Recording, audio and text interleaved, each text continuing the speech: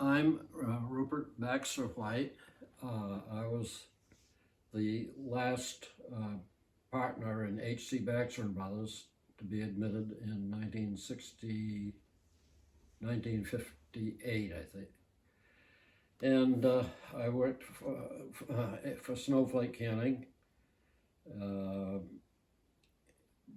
in the production area and then in the sales area.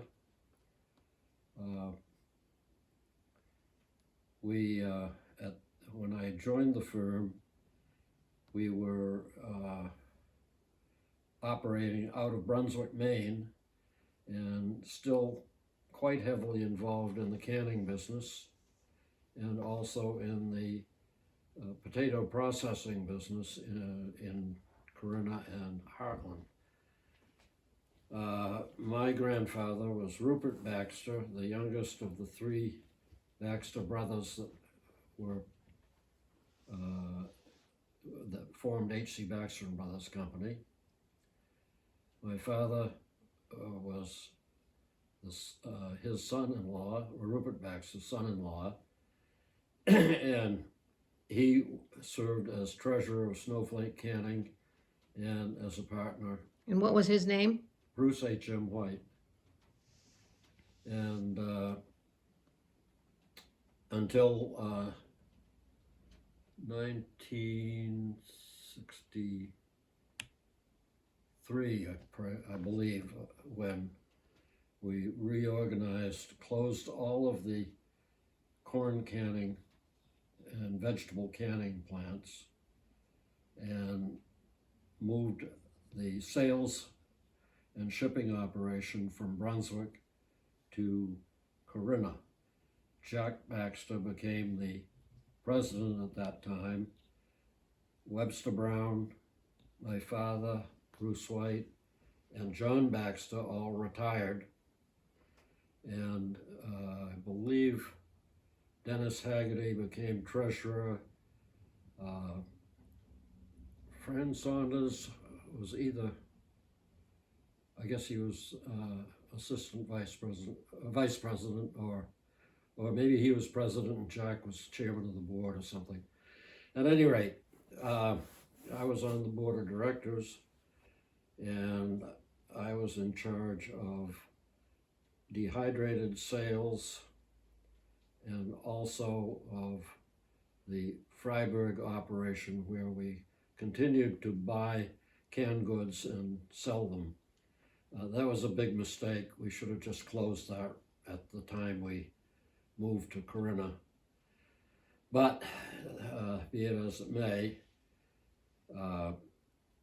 during the period of 1960 to 63, the state of Maine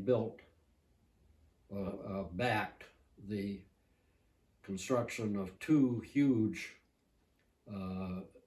potato processing plants in the county, Aroostook County. Our capacity at the time was about 25 or 30 million pounds per year. Those two plants were built to produce 125 million pounds each per year. We had the sales organization and the local markets pretty well tied up, but they had no sales and had to buy their way into the market. To do that, they dropped the price, I think, if I remember correctly, to a low of 7 cents per pound. And we steadily but surely were going broke in a big hurry. By 1964, their sales had reached a point where they were able to start increasing prices. And also at the same time, the Western production, Idaho, Oregon, Washington, suffered a rather poor year.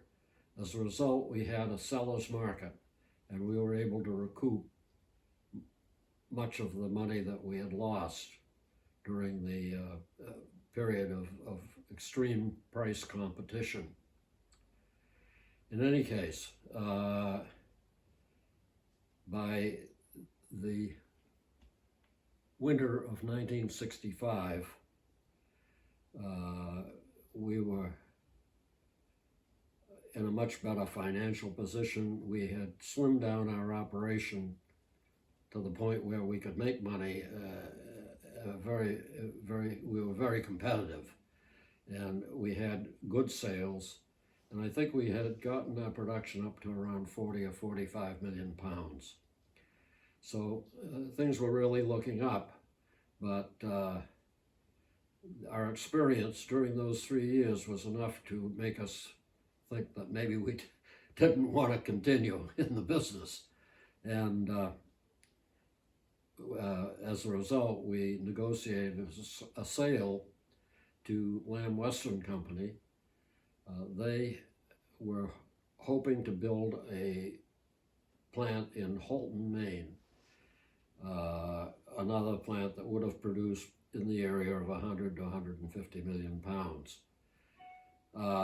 We had the sales organization, we had the production people, we really had all the infrastructure that they needed for that.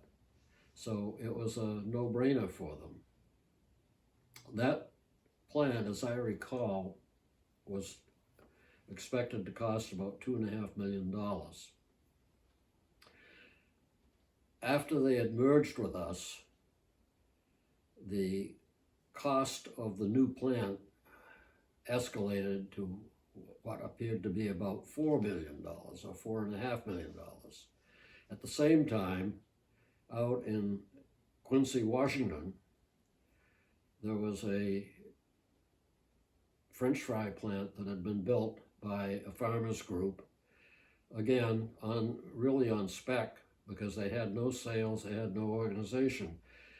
It was all electric and had a capacity of over 100 million pounds. They offered that to sale for sale to Lamb Weston for, I think, around $700,000. It was a no-brainer for them. So they scrapped the idea of Halton. They were making money on our plant anyway, and they were getting a huge increase in capacity at very, very little cost to them. So it was a very good arrangement. Subsequently, they bought another plant under the same circumstances. I don't remember where it was, somewhere in Washington. And so they really no longer needed a plant in Maine. In 1967, the Corinna plant caught fire. The section of the plant where co-products were manufactured did not have the fire suppression system that we had in the main plant.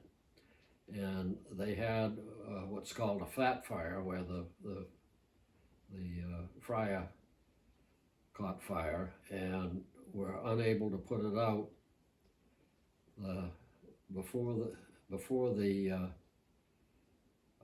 fire could be brought under control. It spread over to the other plant, and there was a huge conflagration. It was burned to the ground.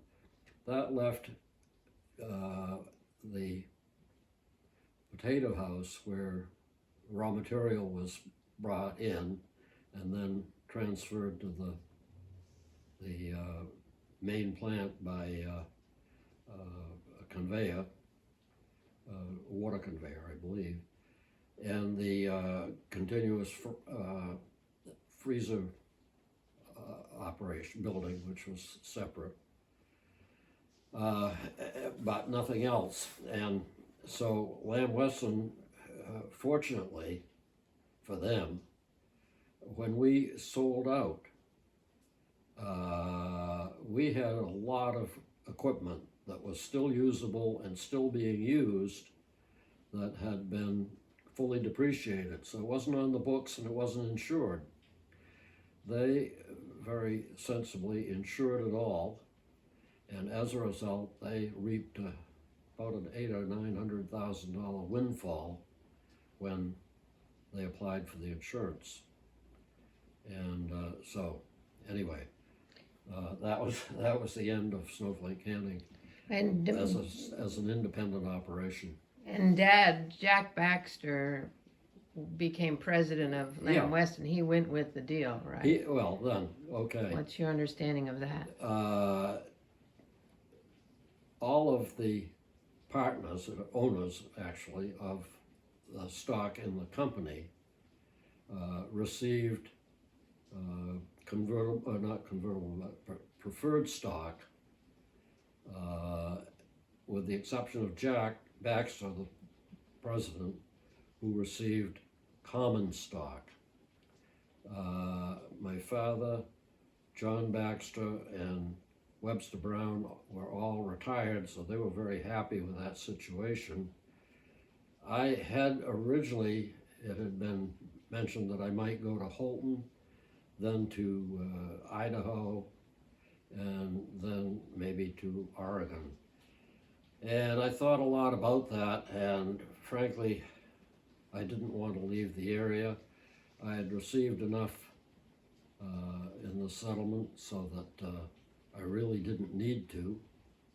And so I left the firm and went into the brokerage business, which probably was the best decision I ever made. And in any case, that's the way it worked out. That's about all of it. We also had a frozen food operation in Montreal, and for frozen French fries, and a baked bean operation in Portland, which was managed and jointly owned by Monmouth Canning Company. During the hard times, we sold the baked bean plant, probably too cheaply, and we closed all the corn canning factories, and we continued in Montreal. Our operation in Montreal was not, it was successful. We made money every single year that we operated there, but we didn't own the plant, and we failed to expand it. As a result, a gentleman by the name of Harrison McCain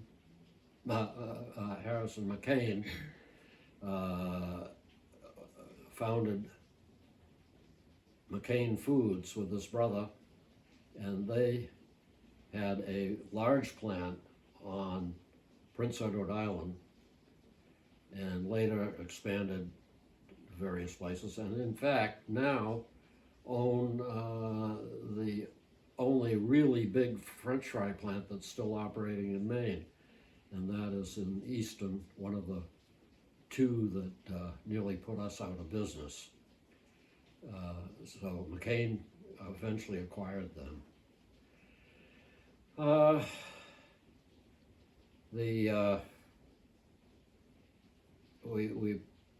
We also failed, I think, to expand into Michigan or Idaho or Washington State or Oregon.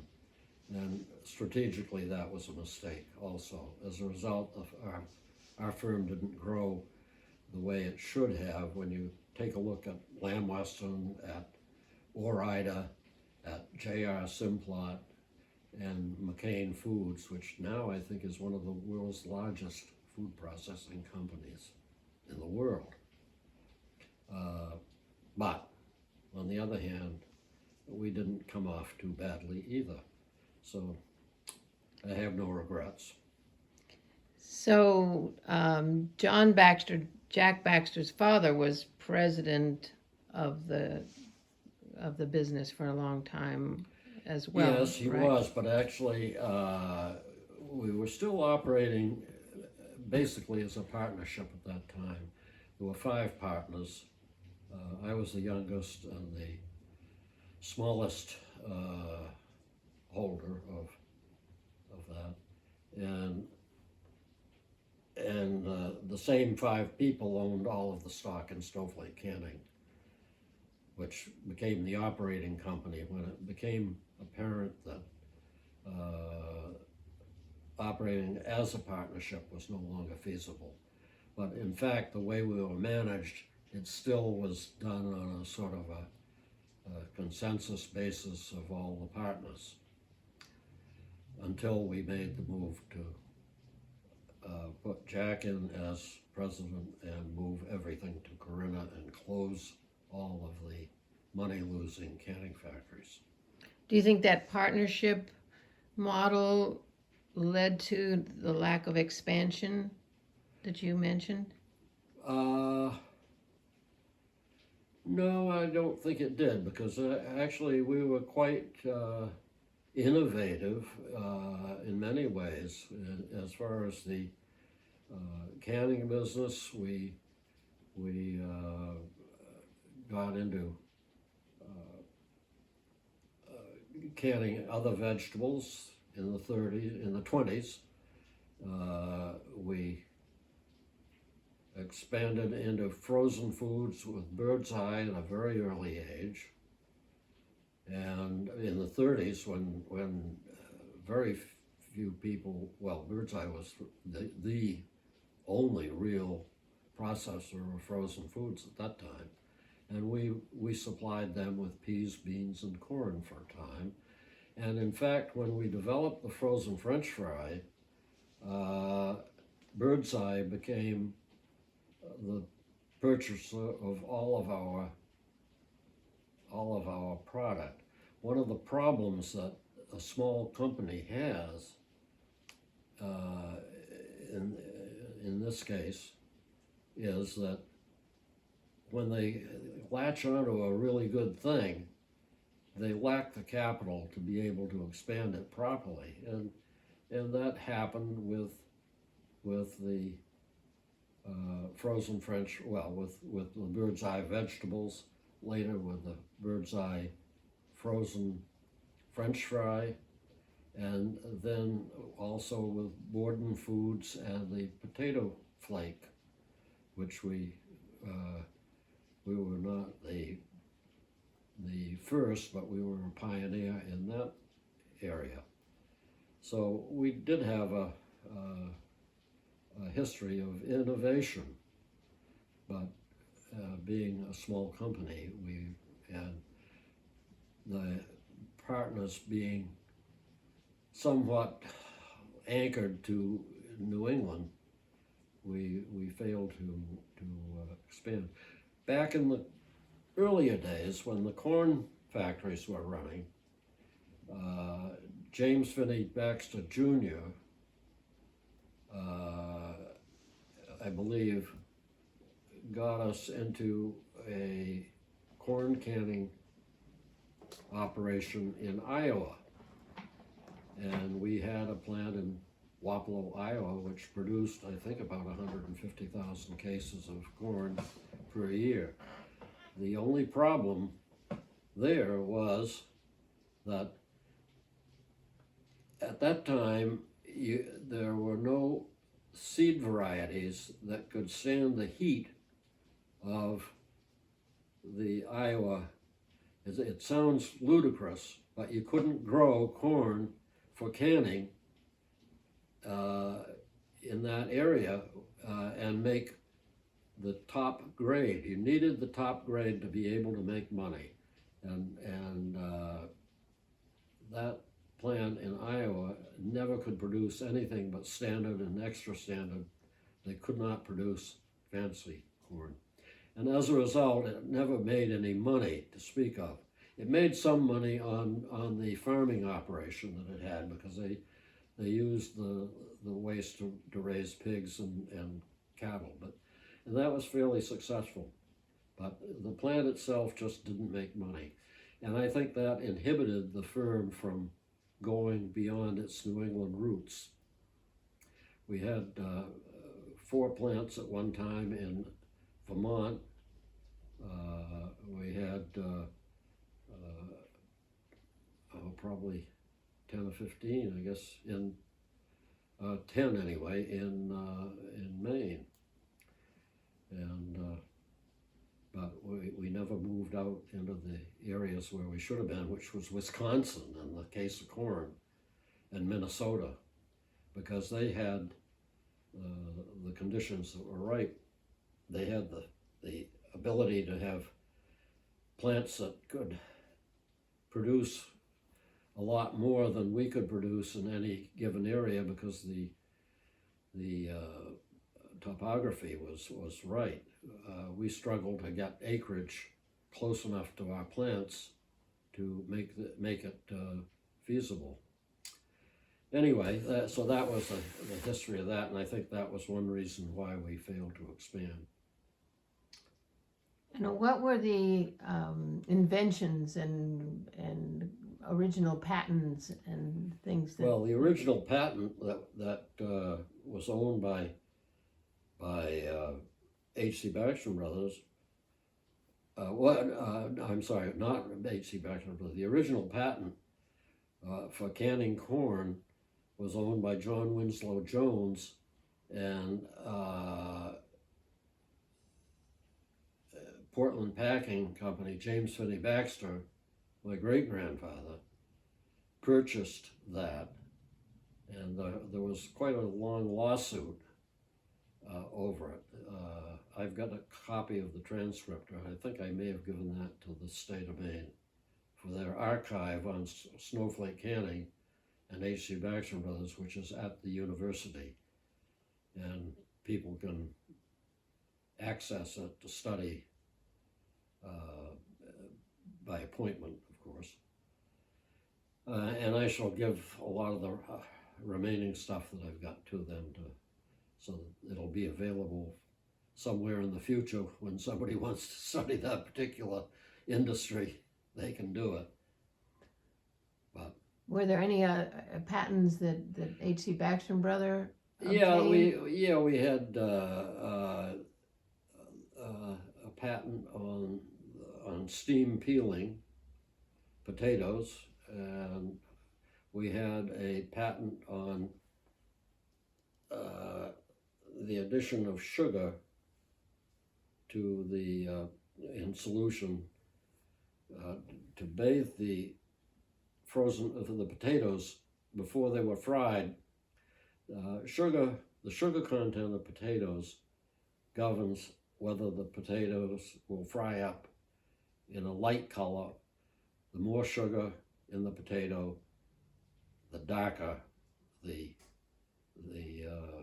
end product. And what they like is light color. So if you can control the sugar, even it out, you can get a much more uniform product. Anyway, HC Baxter and Brothers owned the patent, and we went into litigation because everybody else was using the same idea, and we were fine. We won. Well, we settled with Birdseye, I believe. We settled with Birdseye, and they agreed to finance the litigation from then on. We then sued A&P, who were using the process, and we lost against A&P. And by that time, this has gone on for some time, and we just gave up the ghost on it and said to hell with it. But it would have been great. We were hoping to get 1/10 of a cent per pound, and at that time, per year, and at that time, the national production was over 1 billion pounds, so it would have been rather nice. But it didn't happen, and anyway, that was the end of that. It was my understanding that you produced the first commercial French fries in the United States. Yes, we did. J.R. Simplot claims that they did. Tate Estate Frozen Foods under Harry Humphrey claimed that they did. but in fact, we did. All right. How did that come about? Well, after World War II, we were looking for something to, we were looking for a product, and that idea came up, and the product was developed largely by Fred Saunders, I believe. He developed frozen French fries? Well, he worked on the process and found that it worked, and found a way to do it that was successful. And at that time, we Birdseye was phasing out the purchases of our frozen peas, beans, and corn. And in fact, I think they dropped the peas, and the handwriting was on the wall that business was not going to be there for much longer. And besides which, we needed something that could be done in the wintertime. And so that was just prior, well, at the same time, we developed the method for canning potatoes that was successful. Up until that time,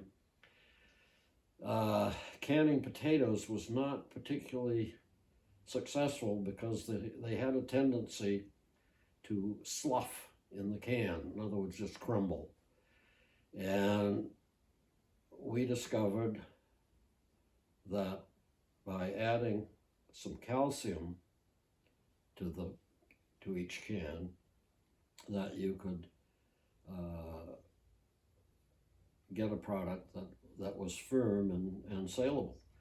And as a result, for a year or two, we were producing around 250,000 cases of canned potatoes, and we really had the entire country as a market. It didn't take long for the southern states, the mid-coast, what are called the tri-state area of Maryland, Delaware, and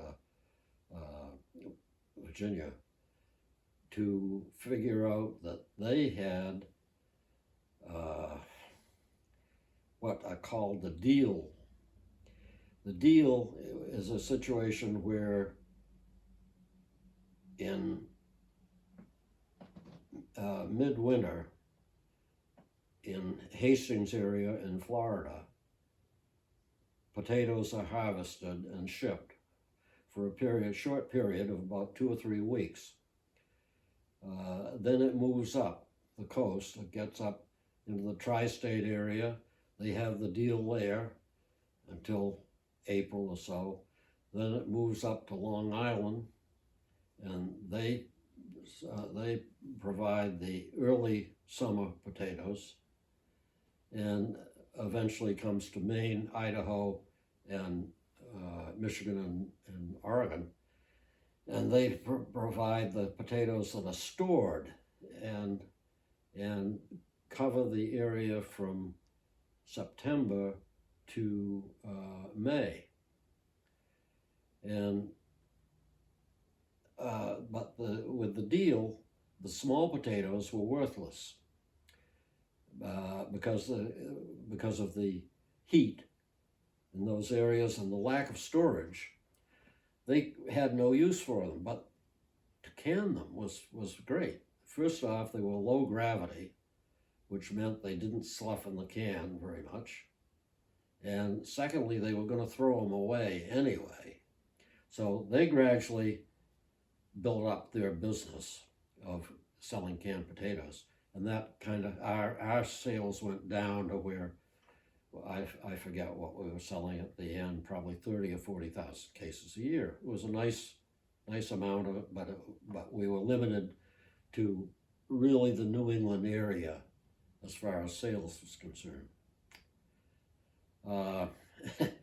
So anyway, that was how that happened. That was happening at the same time as the frozen French fries was being Yeah, developed? yeah, but the difference is that that the southern states couldn't compete. The reason that the canned potato was so effective was because the deal states were throwing their potatoes away. So it was great. We did the same thing when we closed the potato flake plant in Heartland and moved it to Corunna. Instead of trying to buy field run potatoes, which were expensive, we used the chips and small cuts, the waste really from the frozen French fry operation. So we were manufacturing instant mashed potatoes with no raw material costs. And so we were very competitive, and it was a very good operation. So did you develop any of the technology with the potato flakes, or was that technology already existing? Oh yeah, yes, yeah, but we were working on it at the same time others were working on it, and so it was a race to see who could do it best and most efficiently and quickly. So Fran Saunders, what was his role in the company? He was the plant manager. Well, no, he was the production manager under Jack, who was the vice president for production. And but he came to us from the USDA and went to work, and he had a lot of ability, and he was very instrumental in especially in the French fry area. So he actually developed the frozen French fry? Well, he was. There were many people working on this, but yeah, he was really the one I think that did the most, probably. In the country or just in the company? In our organization. Other people were doing the same things at the same time. These things don't happen as a eureka moment. They become sort of inevitable, and so you have people develop. Well, look at the vaccination for COVID-19. You have several different companies working on several different ways to do the same thing, and they all kind of came together at the same time, but they're still producing their separate versions. Pioneers. Yeah. Because my understanding was that HC Baxter and Brother produced the first commercial French fries in the United States. I think that was true. Yeah. Cool. But it was for Birdseye, not for us. Ah, for Birdseye. So tell me about the genesis of the company and how your dad got involved, or how your grandfather got involved, and what your dad did, and from your perspective, your family perspective. Each partner there were three partners, three brothers. Each one was allowed to sponsor one person from their family to go into the business and become a partner in the firm. John Baxter, the son of Hartley Baxter, Webster Brown, the son-in-law of James Finney Baxter Jr., and my father, Bruce White, the son-in-law of Rupert Baxter. Later on,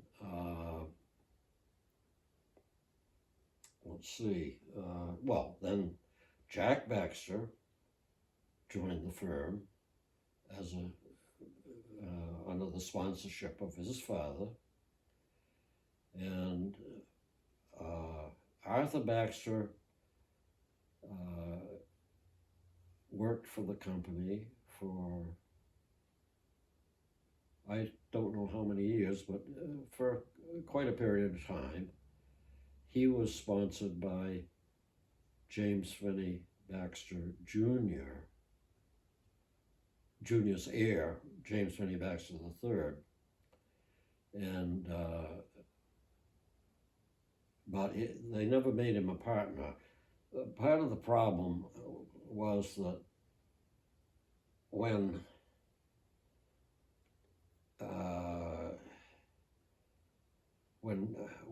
James Finney Baxter Jr. Died,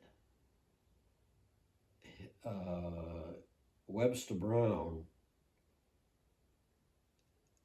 had acquired quite a bit of the stock and the partnership interest that he had.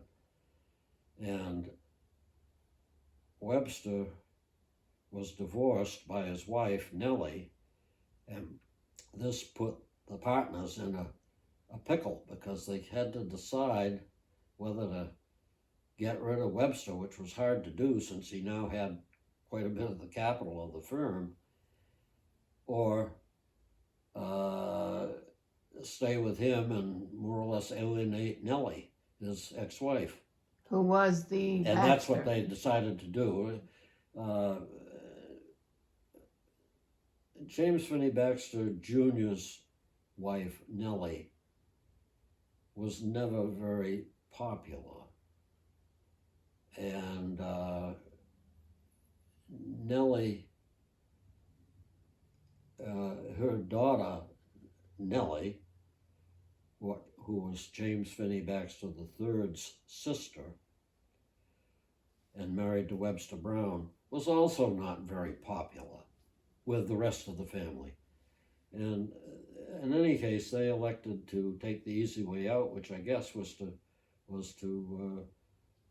go with Webster. And Webster handled the sales for the company up until the time that he was ousted, which was in 1963,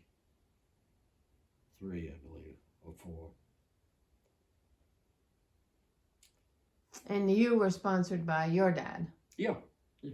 And what was your role in the company? Well, I was in charge of the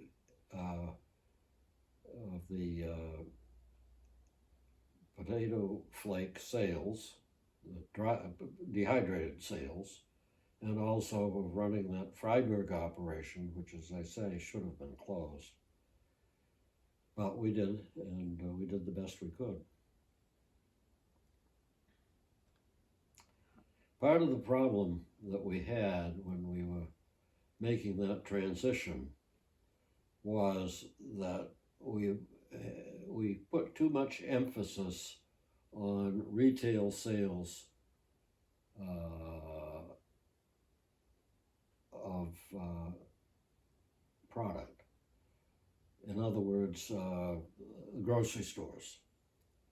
And the real production, the potential was in the institutional, the restaurants, institutions, and so forth, because it became very dominant in restaurant and institutions to use frozen and dehydrated products rather than have the peeling operation, the seasonal problems of acquiring your product. It was a nuisance thing, and the convenience of frozen French fries was too good. And so, but they were quite different from the product that was produced for retail sales. In the first place, you couldn't the size of the individual French fry had to be much smaller because it couldn't fit into a tiny package if you had great long pieces of potato. And the processing of it was different. You had to cook the frozen French fries more for retail. For institutional sales, you only partially cook them because they would then take them and put them in their fryer and give them a quick fry and serve them. So it was a little different. The products were a little different. And we should have just gotten out of the retail business and forgotten it and got rid of all the people that were in the sales part of it, because we spent too much money on those things. Where we were making our money was on the institutional sales, when we realized that we really had the New England market sewed up, and we were in a great position. Did you understand that you provided the French fries for McDonald's? No, we never. Never did? No. Oh. Well, they weren't a factor then, anyway. They weren't a factor then? No. Okay. No.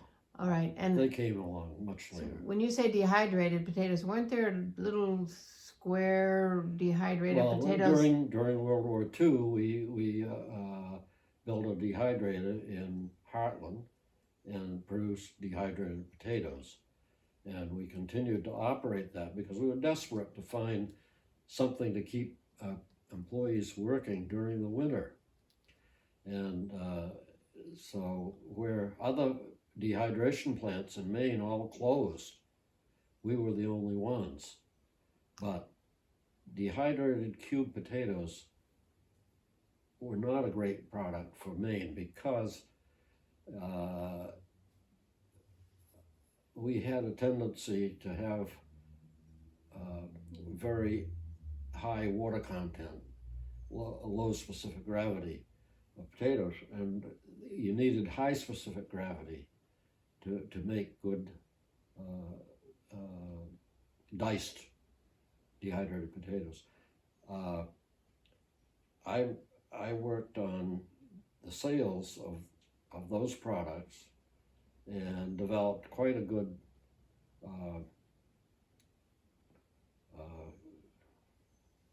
custom with various clam chowder and corn chowder makers, and people that were making fish cakes, which used a lot of potatoes, and other industrial uses for potatoes, for dehydrated potatoes.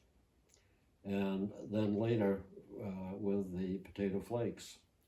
But, corned beef hash was another one that used a lot of, all corned beef hash is made with dehydrated potatoes, but it comes out of Idaho now. So when you say dehydrated, were you referring to potato flakes as dehydrated as well when you were referring to dehydrated? Yeah, and, Did you call I developed the market for those for fish cakes, which was quite successful.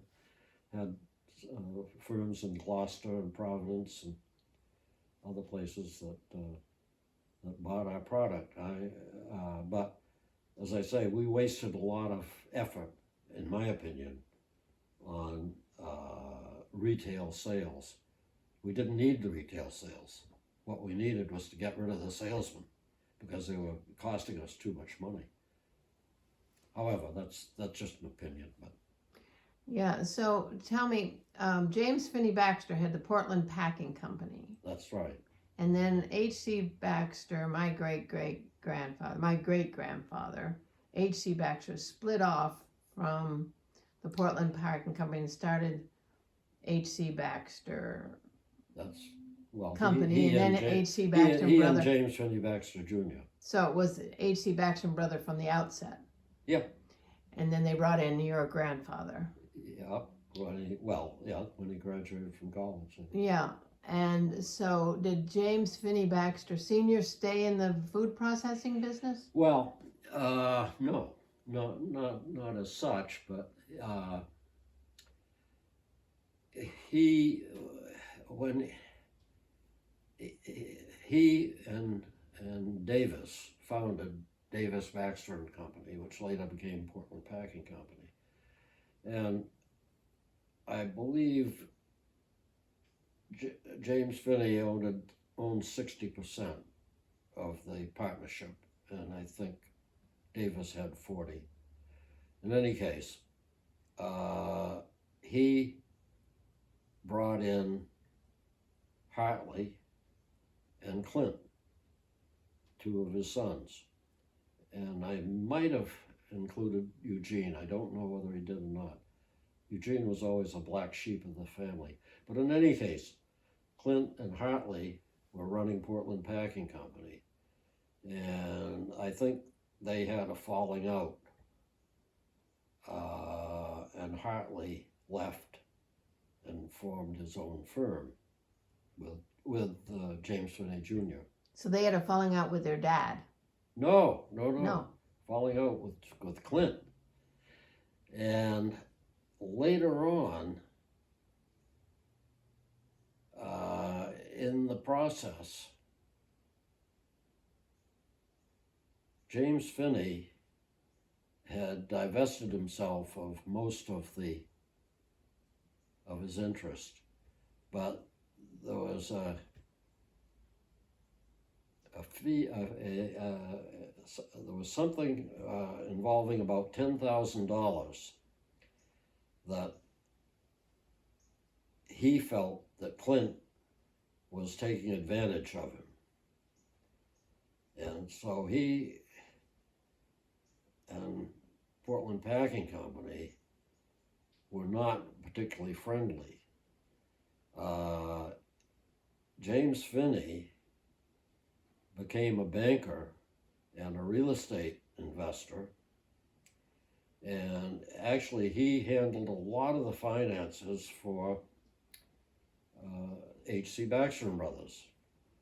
In fact, I have a letter which he wrote, which my grandfather wrote to him.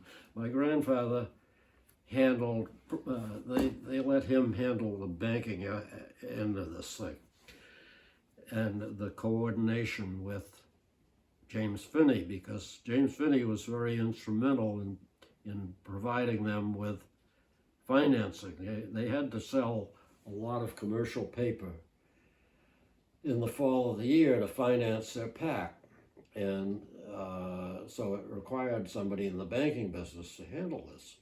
And this is Portland Packing Company. No, this is HC Baxter and Bros. This is once it's split.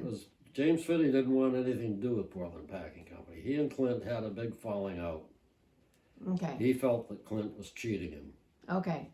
And that was Portland Packing Company. Right. So he distanced himself. And then, incidentally, later, when James Finney Sr. was developing the Fraternity Brothers Fraternity Company to develop the Baxter Building and the Trelawney Building and the Henry Street Building in Portland,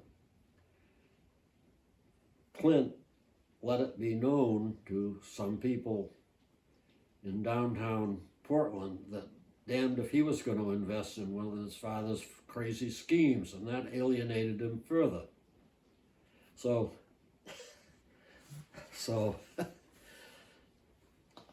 as a result, in James Finney's will, you will find that he specifically left Clint out of his will.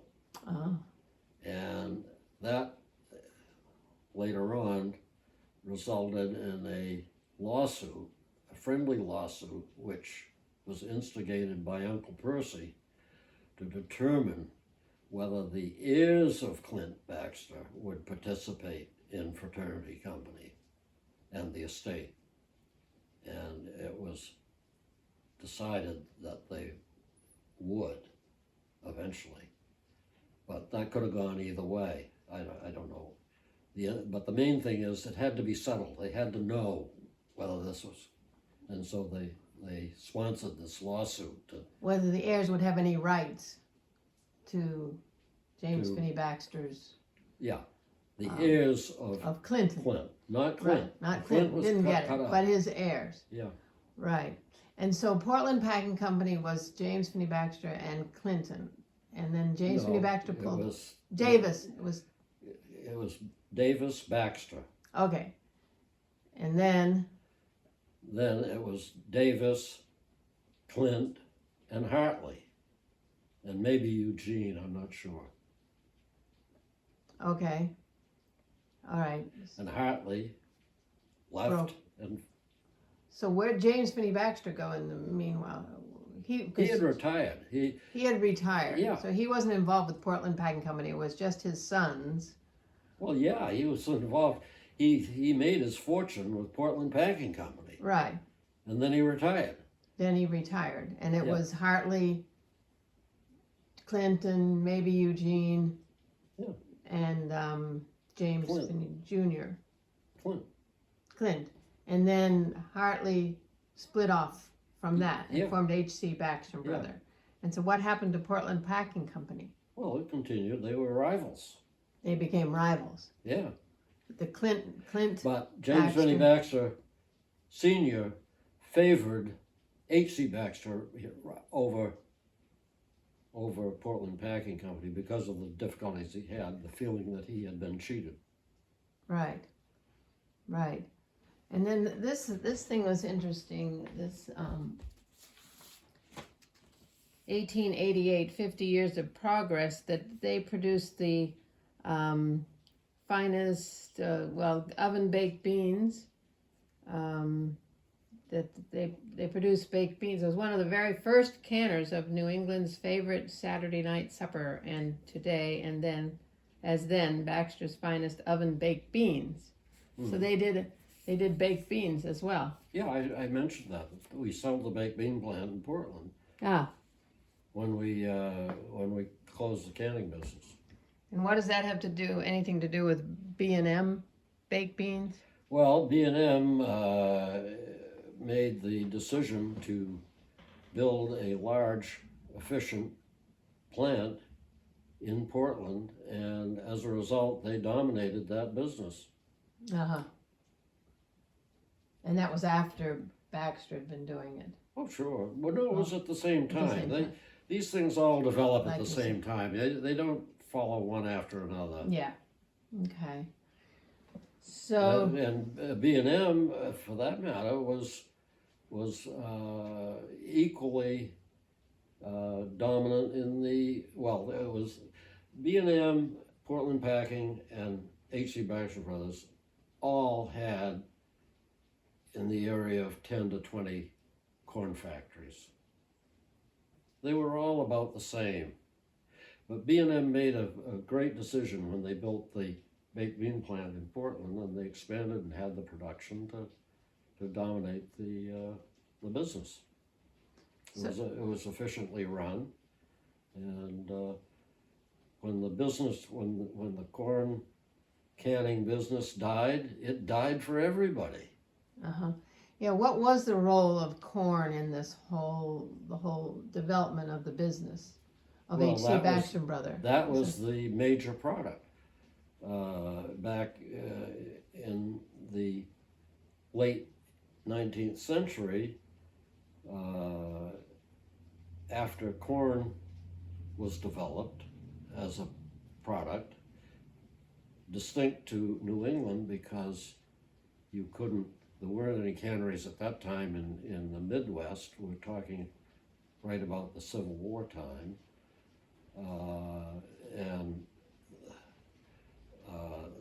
And you couldn't grow it in the southern states because of the lack of seed that would be viable. And anyway, so Maine and New England had all of the canned corn business for a while. Then it gradually developed in Wisconsin and Minnesota, and because they have big fields, and it was much better suited. The industry moved there, and especially during the First and Second World War, they gradually became bigger and bigger and bigger, and eventually crowded out everybody in the East. Ah. And now, it's interesting. You used to be able to buy corn on the cob from the second week in August through the end of October, and then you didn't have any until the next year. Now you can go to the supermarket and you can get good corn on the cob almost year round. The reason being that we now have varieties that will grow in southern and climes, in hot climes such as Iowa, but they didn't exist back then. Okay, well, you have any other thoughts? No, that's probably enough. That's probably enough. I'll come in and say goodbye to our audience. Okay. So yeah. people know who I am, and Yep, here yep. I am, Connie Baxter Marlow, And I with am Rupert Baxter White. Rupert Baxter White, and we be cousins, Yep. and very interested in the history and the unfolding of this important business in our family. And so thank you so much, Ruby, Well, you're welcome. for participating in this, and I'm just really happy to get Rupert Baxter White on camera, bringing his insights and understanding of what all went on. And I gotta go. yep, Yep. we're gonna go. Okay. Okay, thank Yep. you. Ruth's waiting. Yep. Yeah.